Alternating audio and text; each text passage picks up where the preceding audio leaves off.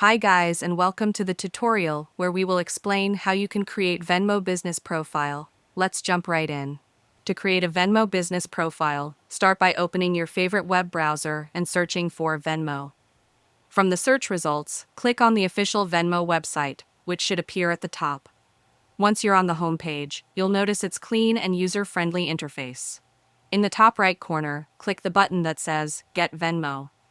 This will open a new page asking, how will you use Venmo? You'll see three options: personal, teen, and business. Select the business option, then click on Create Your Profile to begin setting up your business account.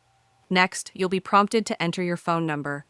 After submitting it, you'll receive a verification code. Just enter that code to continue. Once verified, you'll be guided through the process of creating your business profile by following the on-screen instructions. Fill in your business name, description, and any other required information. After completing these steps, your Venmo business account will be successfully created and ready to use.